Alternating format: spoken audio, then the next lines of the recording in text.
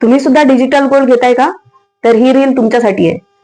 सेबीने digital gold घेणाऱ्यांना सावधान केलंय. तर ही सेबी कोण?